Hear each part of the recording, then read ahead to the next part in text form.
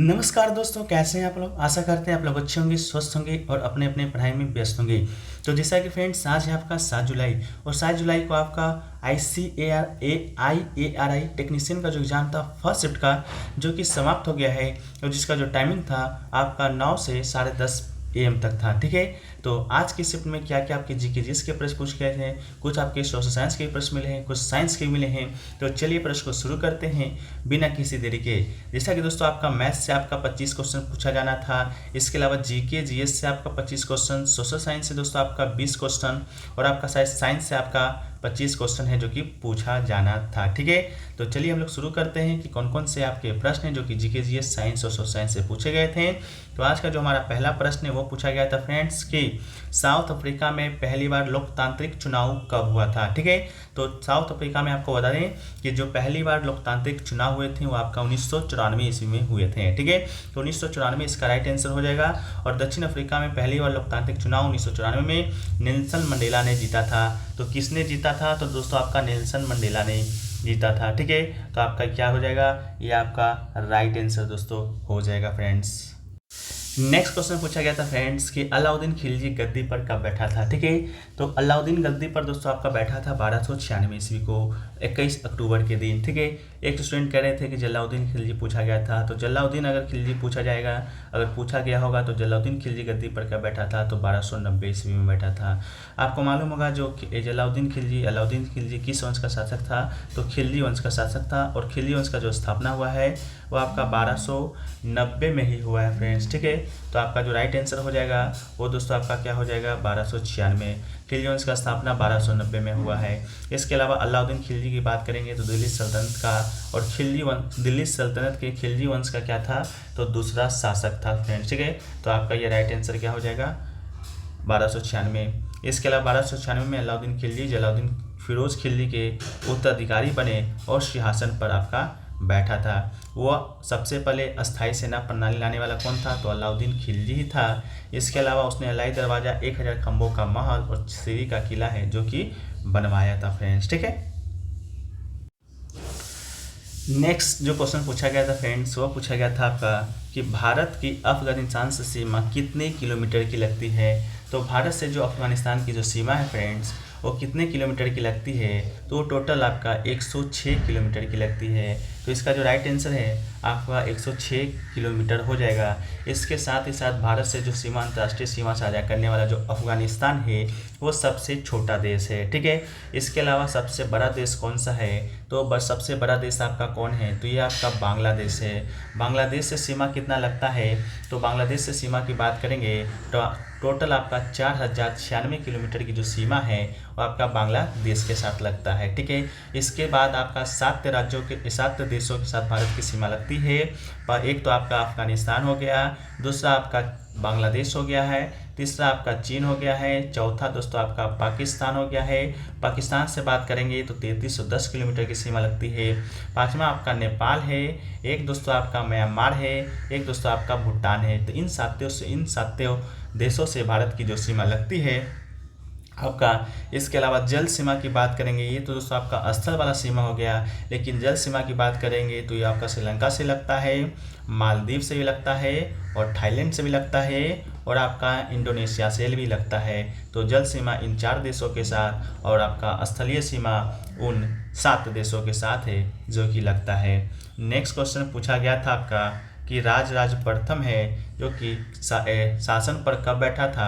एक स्टूडेंट कह रहे थे राजराज प्रथम पूछा गया था, एक स्टूडेंट कह रहे थे कि चोल वंश का शासनकाल पूछा गया था कि चोल वंश का शासनकाल है कब से कब तक का था। तो सबसे पहले हम लोग राजराजा प्रथम की देखें तो राजराजा जो प्रथम है उसका जो आपका शासनकाल था वो दोस्तों आपका 985 में बैठा था और 1014 ईस्वी तक है जो कि आपका शासन किया था। ठीक है, तो आपका जो राइट आंसर हो जाएगा, अगर राजराज प्रथम पूछा गया होगा तो 985 इसका राइट आंसर दोस्तों आपका हो जाएगा। ठीक है, इसके बाद हम लोग देखें राजराज प्रथम के बारे में तो यह अली मौर्य मरवन प्रांतक द्वितीय का पुत्र था, उत्तराधिकारी था। ठीक है। इसके अलावा उसके शासन के 30 वर्षों में चोल समाज के सर्वाधिक गौरवशाली वर्ष था। ठीक है। इसका मतलब है कि ये चोल समाज का सबसे शक्तिशाली राजा बना था। आपका कौन? राज राजा प्रथम बना था फ्रेंड्स। ठीक है। इसके अलावा चोल समाज की बात करेंगे तो 8वीं शताब्दी से लेकर 12वीं शताब्दी तक भारत के दक्षिण राज्यों पे है जो कि चोल समाज ने शासन किया था। मतलब कि 848 ईस्वी से लेकर 1279 ईस्वी तक। ठीक है। तो ये दोस्तों आपका चोल समाज का क्या है? तो आपका शासन काल है। ठीक है। इसके अलावा दोस्तों और क्वेश्चन को देखें तो पूछा गया था जीएसटी कब लागू हुआ है? तो जीएसटी का जो फुल फॉर्म होता है गुड एंड सर्विस टैक्स। ठीक है। गुड एंड सर्विस टैक्स होता है। और ये जो जीएसटी है फ्रेंड्स, ये आपका लागू हुआ था 1 जुलाई 2017 को। तो बिल्कुल ऑप्शन में भी आपका यही दिया गया था 1 जुलाई 2017।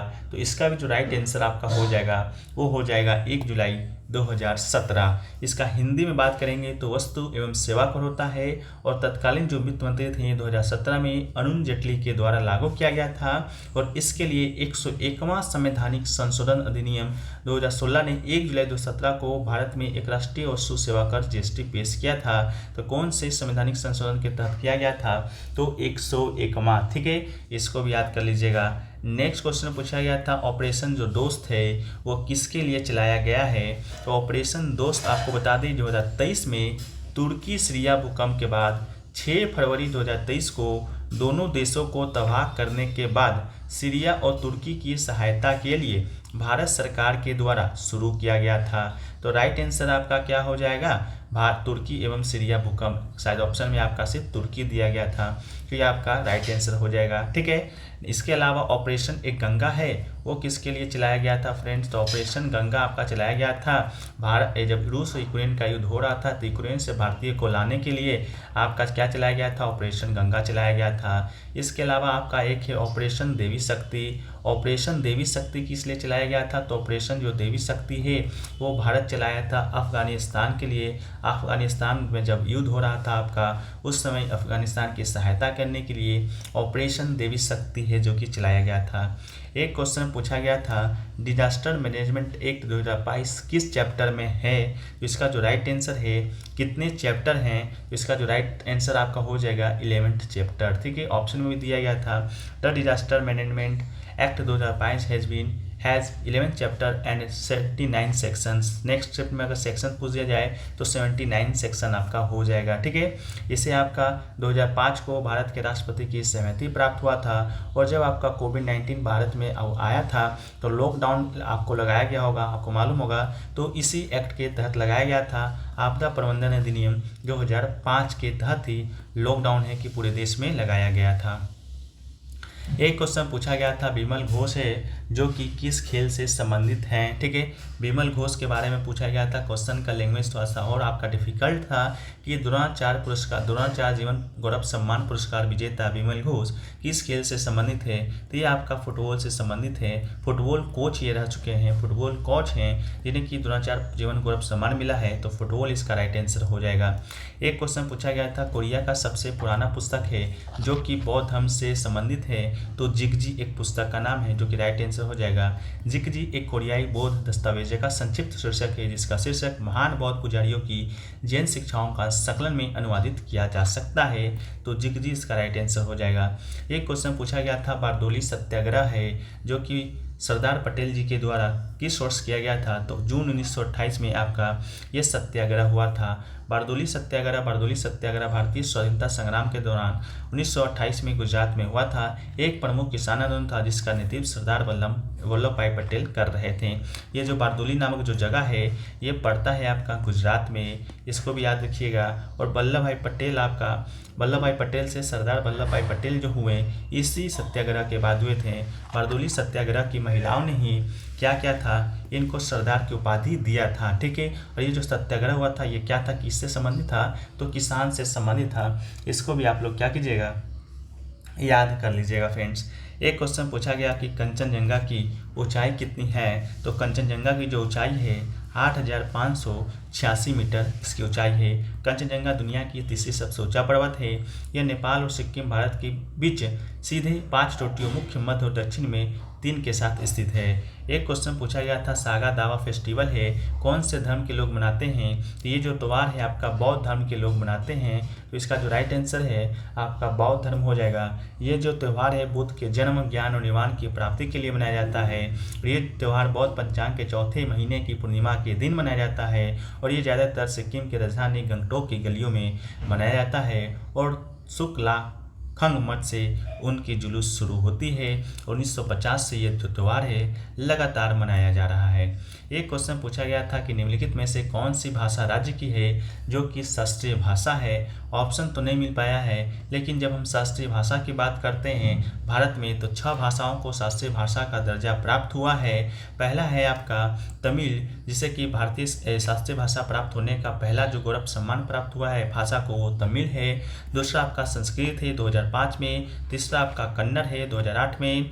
आपका चौथा है तेलुगु 2008 में और मलयालम है आपका 2023, आपका 2013 में हुआ है और उड़िया की बात करेंगे तो 2014 में आपका हुआ है। सबसे नवीनतम आपका जो शास्त्रीय भाषा है वो आपका कौन है, तो आपका उड़ीसा ही है। पहला आपका कौन है, तो आपका तमिल है। ठीक है, इनमें से कौन सा ऑप्शन दिया गया था कमेंट सेक्शन में बताइएगा। एक क्वेश्चन पूछा गया था कि 2011 के जनगणना के अनुसार सबसे ज़्यादा जो मुस्लिम है किस केंद्र शासित प्रदेश में रहते हैं। लक्षद्वीप, दिल्ली, पुडुचेरी करके ऑप्शन दिए गए थे, जिसका जो राइट आंसर आपका हो जाएगा लक्षद्वीप, इसका राइट आंसर हो जाएगा। मुस्लिम धर्म जनगणना की जब हम लोग बात करते हैं तो सबसे ज़्यादा तो आपका लक्षद्वीप में हो गया, यूटी पूछा था, जहाँ की कुल जनसंख्या 64,473 है और मुस्लिम आबादी की बात करेंगे तो 62,268 है और कुल कितना है तो 96% मुस्लिम वहाँ पर निवास कर रहे हैं। इसके अलावा हम लोग स्टेट की बात करेंगे यानी कि राज्यों की, तो सबसे ज़्यादा जो मुस्लिम है वो आपका असम में है। कुल जनसंख्या में इतना जनसंख्या मुस्लिम आबादी है, टोटल आपका 34.22 है। सेकेंड स्थान पे आपका जम्मू कश्मीर है, उसमें आपका राज्य हुआ करता था, अब शायद केंद्र शासित प्रदेश बन गया है। ठीक है, आपका फोर्थ पे आपका जो आता है वो आपका केरल है। ठीक है, तो इसको भी आप लोग देख लीजिएगा।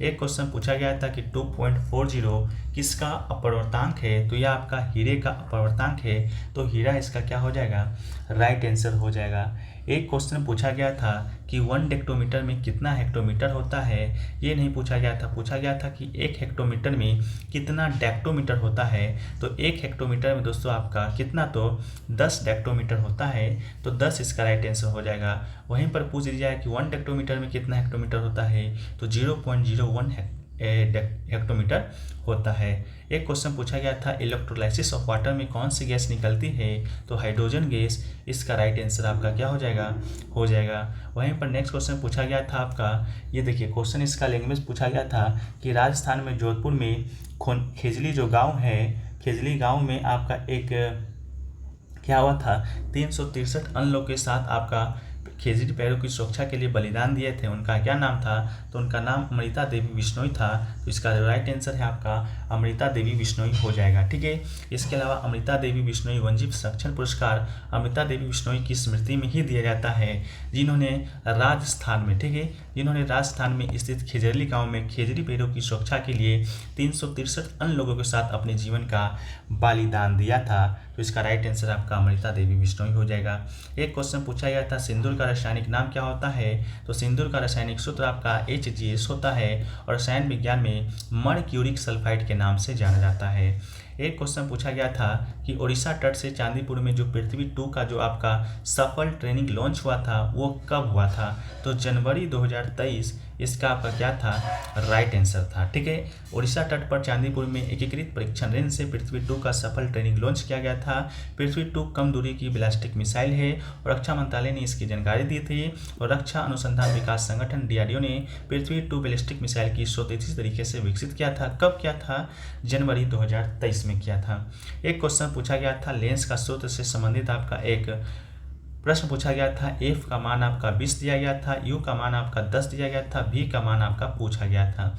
तो आप लोग कमेंट सेक्शन में बता दीजिए। इसका जो फॉर्मूला है 1/V माइनस 1/U = 1F, ये आपका फॉर्मूला होता है। मान को पुट कर दीजिए और V का मान है जो कि आप निकाल लीजिए फ्रेंड्स। ठीक है, इसके अलावा और भी क्वेश्चन पूछे गए थे, उसको हम लोग देख लेते हैं एक बार। इसके अलावा फ्रेंड्स अगला जो क्वेश्चन आपसे पूछा गया था वो पूछा गया है कि चिपको आंदोलन का शुरुआत कब हुआ था। तो एक ऑप्शन दिया गया था आपका 1970 के दशक, जो कि आपका राइट आंसर हो जाएगा। एक क्वेश्चन पूछा गया था कि पेटेन के अणु में H2 का परमाणु कितना होता है। तो ये दोस्तों आपका होता है 12, ठीक है, यानी कि 12 इसका राइट आंसर हो जाएगा। और भी क्वेश्चन स्टूडेंट के द्वारा भेजे गए जो कि थोड़ा सा क्लियर नहीं है, बाकी जैसे ही क्लियर होंगे हम लोग इसको PDF में शामिल कर देंगे। PDF दोस्तों आपको टेलीग्राम पे मिल जाएगा। टेलीग्राम का लिंक डिस्क्रिप्शन में दिया गया है, तो आप लोग जाकर वहाँ से ज्वाइन जरूर करिएगा। सभी प्रश्नों का PDF आपको वहीं पर मिलेगा, ठीक है।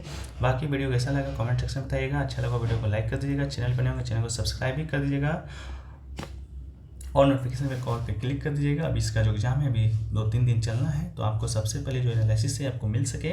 बाकी जो भी अपडेटें आएंगी ICAR से टेक्नीशियन से संबंधित वो भी आपको यहीं पर मिलने वाली है, ठीक है। तो चलिए मिलते हैं नेक्स्ट वीडियो में, जब तक के लिए जय हिंद, जय भारत, वंदे मातरम।